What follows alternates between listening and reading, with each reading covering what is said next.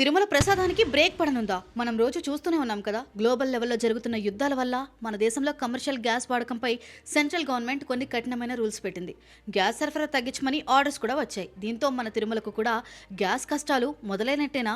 తిరుమల వెళ్లిన ఏ భక్తుడైనా అన్నప్రసాదం తినకుండా ఉండలేరు. అది స్వామివారి ఆశీర్వాదంగా వాళ్ళు భావిస్తారు. ఒకవేళ గ్యాస్ సరఫరా ఆగిపోతే లక్షలాది మందికి భోజనాలు ఎలా పెడతారు? స్వామివారికి ప్రసాదం ఎలా తయారవుతుంది? ఇది నిజంగా సీరియస్ విషయమే కదా.